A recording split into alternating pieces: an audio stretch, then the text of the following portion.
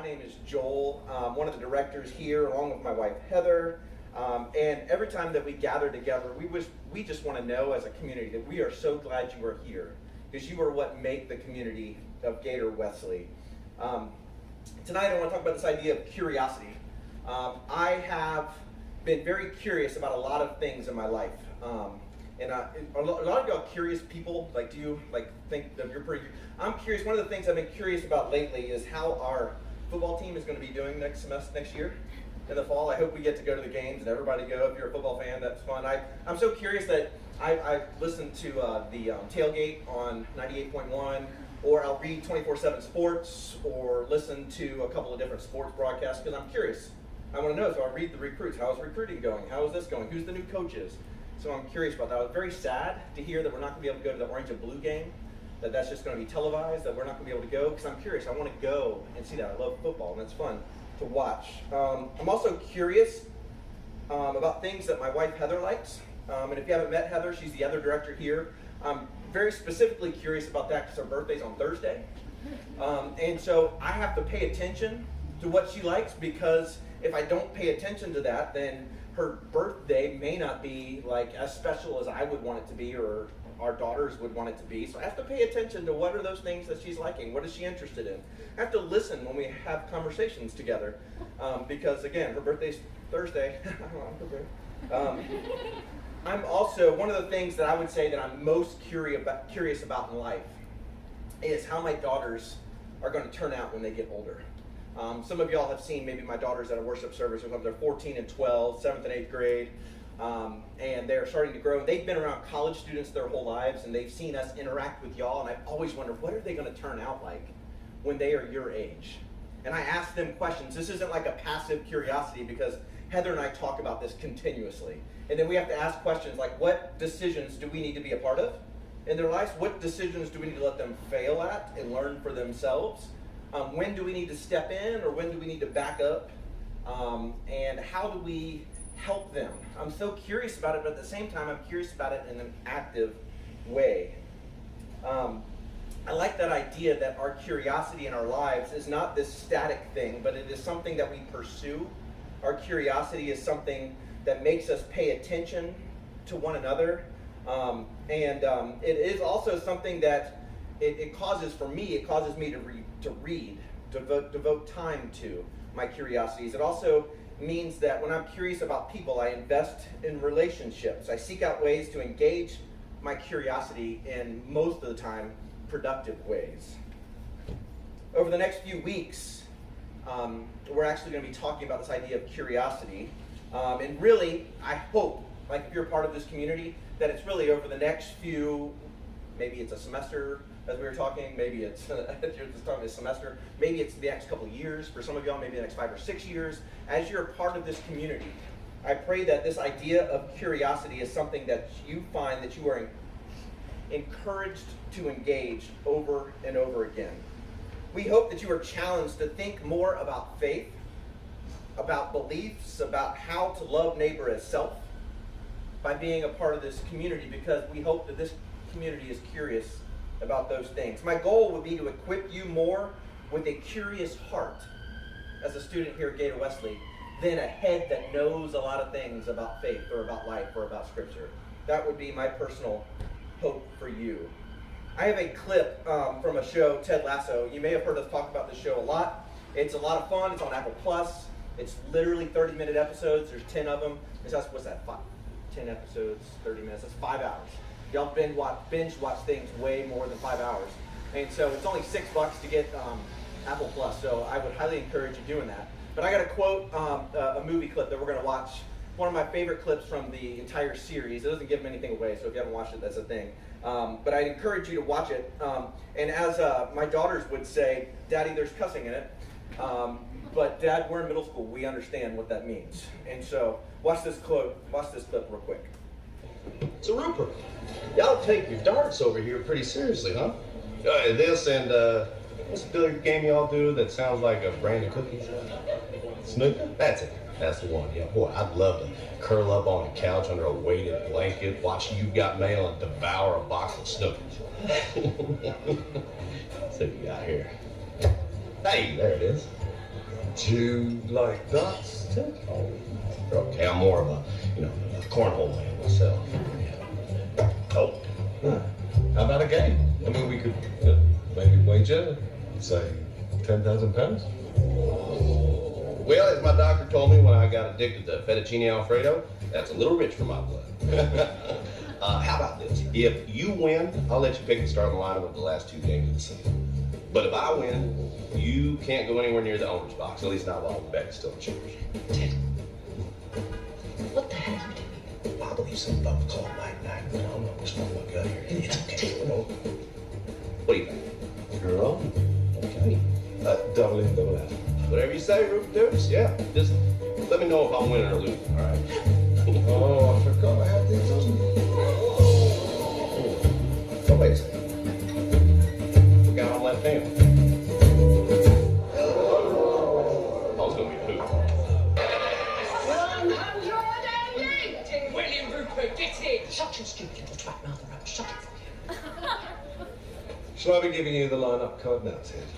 I shall be putting Obasanya back on defence where he belongs. That's exactly what I said, didn't I? Nah, it's not all Ted's fault. My ex-wife's the one who brought the hillbilly to our shores. I know she's always been a bit randy, but I never thought she would fuck over an entire team. Hey! Better manners when I'm holding the dart. Please. Bang. What do I need to win? 2 triple 20s and a bubble zone. Good luck. Rupert, guys have underestimated me my entire life. And for years, I never understood why. It used to really bother me. Then one day, I was driving my little boy to school, and I saw this quote by Walt Whitman. It was painted on the wall there. It said, "Be curious, not judgmental." I like it. So I get back in my car, and I'm driving to work. And all of a sudden, it hits me. All them fellas used to belittle me. Not a single one was curious. They thought they had everything all figured out, so they judged everything. They judged everyone. And I realized that they're underestimating me. Who I was had nothing to do with it. Because if they were curious, they would ask questions. Questions like, have you played a lot of darts, Ted?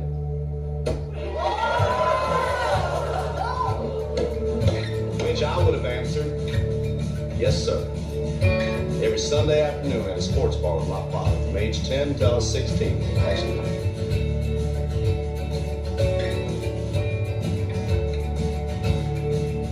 Fuck yourselves.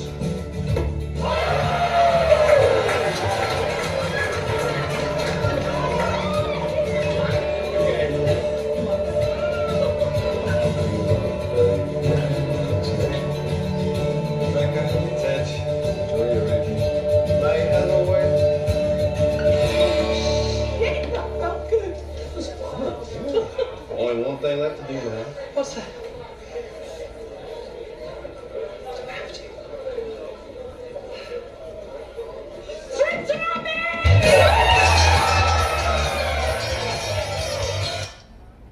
I still get goosebumps when I hear that scene. Just the idea that we should be encouraged to be curious and not judgmental. And that when we are curious, we ask great questions. If I'm curious about someone, instead of judging them, I ask them questions. I get to know them.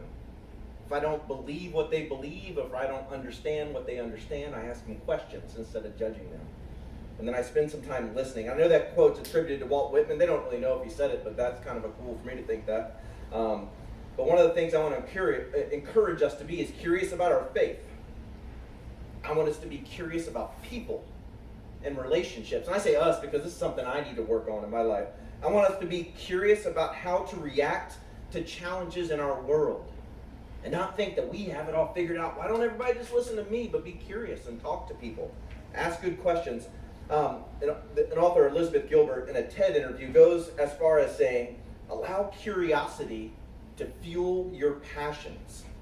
And even if you don't find something to be passionate about, and I know a lot of us are thinking as you are trying to find a major or you're trying to find what you want to do for a living, maybe you don't find that passion. She goes on in this quote that says, even if you don't find something to be passionate about, at least you spent your time, at least you spent your life chasing after things that you are curious about, things that you are interested in. And wouldn't that be a life worth living? Curiosity takes creativity, and I'm going to go into that right at the end of this message. But curiosity also takes humility, because there's always something more that we can learn. But humility takes a lot of work. Curiosity, it takes imagination. It takes us imagining that the world can be better, and I can be part of that through my pursuits of my curiosity. And it takes imagination, that imagining a world with more understanding. We have to imagine a world with more hope. Imagine a world with more possibilities, when it is way easier to be cynical. Because I think sometimes the opposite of curiosity is cynicism. And so we have this idea, I can be curious, I can engage, or I can be cynical. And I can think that I have everything figured out. And lastly, I want to say curiosity, it leaves us vulnerable. And that may be why sometimes we shy away from chasing our curiosities. Because if you're like me, we're wrong sometimes. We can hurt others through our curiosity by how we ask questions, so maybe we get timid. And we can be hurt by having conversations that are tough. Vulnerability can also, though, leave us in a better space to connect with other people. So sometimes when I open up my heart and I ask someone I'm willing to listen to them, I have to leave myself vulnerable in order to build a bridge. There's a handful of verses in the Gospels that talk about people being curious. I'm going to start with one from Matthew 4. It's not going to be up here, and I'm going to read through a couple of scriptures tonight. And this one from Matthew 4 is about Jesus walking down the Sea of Galilee. It says, as Jesus walked by the Sea of Galilee, he saw two brothers, Simon, who was called Peter, and Andrew, his brother, casting a net into the sea, for they were fishermen. And he said to them, follow me, and I will make you fish for people. Immediately they left their nets and followed him. And as he went from there, he saw two other brothers, James, son of Zebedee, and his brother John, in a boat with their father Zebedee, mending their nets, also fishermen, and he called them. Immediately they left their boat and their father and followed him. So here's Peter, Andrew, James, and John, and I've heard so many sermons or messages about this passage of people being called into action. But I'd like to think tonight, I'd like us to just dream or imagine that maybe those guys followed Jesus because they were curious. What's going on? They were curious about where it would lead them. They didn't know.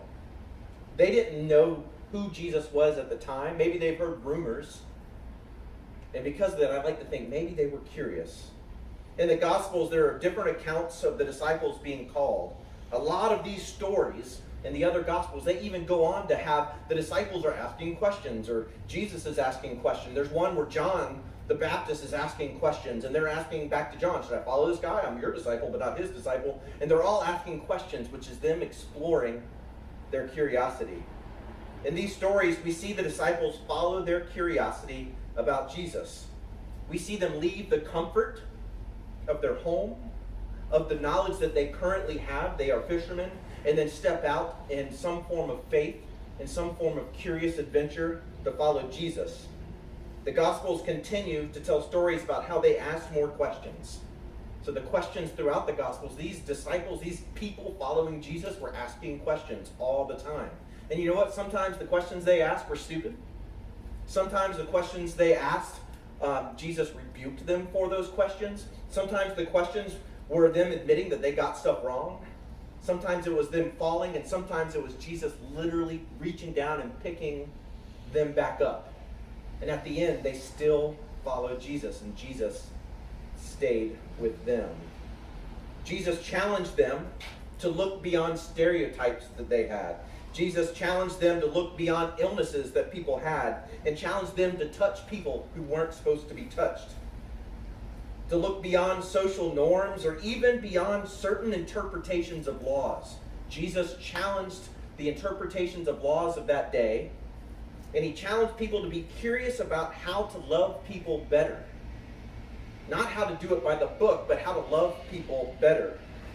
And then after the resurrection, we encounter another story of Jesus, again, interacting with his disciples as they were having a horrible night fishing. And we're going to read from John 21. It says, just after daybreak, Jesus stood on the beach, but the disciples did not know that it was Jesus.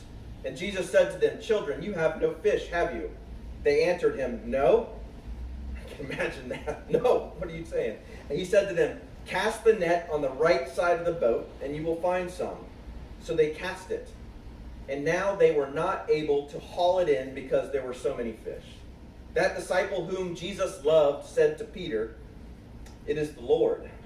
When Simon Peter heard that it was the Lord, he put on some clothes, for he was naked. There's a whole other story about that we'll get into later. And jumped into the sea. But the other disciples came in the boat, dragging the net full of fish, for they were not far from land, only about 100 yards off. So this story of a group of guys willing to try fishing on another side of the boat. Sometimes we think of this story as a very simple story. Jesus tells them to do something, they did it, something great happens. But the passage reads that they didn't know it was Jesus that was talking to them. And so here we have this group of fishermen on a boat fishing all night. And when someone asked them to cast, that they don't know, cast the net on the other side, they allowed their curiosity to drive what they did. And the scripture says that after they cast the net, that's when they figured it out. And I can imagine Jesus being on the shore, him even understanding that they didn't know that it was him talking to them, saying they finally get it. They've opened their eyes and their hearts, because these disciples, these fishermen, could have been, no, I know fishing. There's nothing over there. I've been out here all night. They could have stood their ground in the knowledge that they had and been content with that knowledge. They could have been polite and said, no, thank you, we're good, we're actually coming in. They could have done all sorts of things, but instead they opened their hearts and their eyes to possibilities. They allowed their curiosity to drive what they did. And I even think Jesus started laughing at that point that they were still hauling the fish in, because the story goes that Jesus only cooked 2 of those fish. So all that work they did, maybe Jesus needed a couple fish. But they realized that there was something neat about to happen. One of the cool things is also, I love the fact that after they explored their curiosity, they were able to encounter Jesus. This is the essence of what the church was and what I hope the church is for each of us. Our openness to new ideas, to learning, to trying on someone's perspective or ideas may just be the thing that leads us to recognize Jesus. What if church was a community of people committed to engaging in curiosity? People who were passionate about creating spaces to explore different understandings of faith. And a people who cultivate conversations in order to learn from one another, in order to see other people's faith differently. And what if we did that more than trying to prove that we were right? This is the essence of curiosity I want us to engage in. I believe fights over doctrine lean more towards judgment than it does towards curiosity. But sharing our faith with each other leads to curiosity because we all see faith differently. Our beliefs, yes, they should be guides to help us live better in community. But if they make us lean into judgment, I feel like we create more walls between us as people. Rather than if we lean more towards curiosity, when we do that, I think we build more bridges towards one another. And those bridges allow us to understand each other better. These bridges just may give us insight into the lives of a hurting person that maybe we didn't give 2 cents about before, but through a conversation and through our curiosity, maybe we'll build bridges towards those people. These bridges may give us a perspective that reveals that we actually have more in common than we think. The curiosity I'm talking about is within relationships. Because isn't our understanding of God, our understanding of Jesus and the Bible all wrapped up in how we understand each other? Maybe the church should help us learn to ask better questions. Help us learn to listen more than we talk. back to this idea of creativity that I said. Picasso had a quote that speaks to this concept of curiosity through his lens of creativity. He said, "All children are born artists. The problem is to remain an artist as we grow up. We don't grow into creativity. We grow out of it." And so what if we viewed curiosity that way? In other words, each of us are born curious. The challenge is to remain curious as we grow up. We don't grow into curiosity. We sometimes allow ourselves to grow out of it. Maybe the church should be a space where we cultivate curiosity. Curiosity then is the process of putting our imagination to work, applying our imagination to the way that we see others in the world, taking the time to put ourselves in the shoes of one another.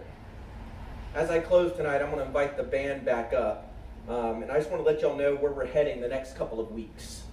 And so if the band comes up, I want to say this. The next few weeks, we're going to dive into some of the things that a group of y'all last week, I don't know if you remember, some of y'all that were here last week, we had a survey that we put out, and we asked some questions about what you're curious about. What you're curious about if God is one of those things, or Jesus, or scriptures. A lot of y'all are curious about these topics around the church, and so we asked that. And so we're going to be talking about some of these things and kind of leaning into that. All of these topics and all of this conversation about curiosity, in my opinion, boils down to our purpose. Our understanding of God is central to our understanding of love. And our understanding of love is only lived out through our relationships with each other. That is humanity, not just the folks under this tent. And I want to end with these three ideas. I've got to be careful which finger I'm holding up. Number one, curiosity is a process. It's not an event. It's not like you're just curious about something. As I said, curiosity should be active, something you actively pursue. It's a lifestyle or posture on how we view the world. And so a goal with this one is our goal is to inspire curiosity. The second one, curiosity of faith, is rooted or planted in our curiosity in one another. The image of God in me, as it intersects with the image of God in you, or in all of us, or people across campus, people in our community, people in our world. People that have a different colored political party, a different color skin, a different major, a different faith. And then our goal with this one is our goal is to inspire you to be more curious about each other. Lastly, curiosity is a choice. It yields a life so much more adventurous and fulfilling than a life of judgment ever will. Our goal then is to inspire you to choose curiosity over judgment. And maybe, just maybe, you will recognize Jesus more often when you do. Amen.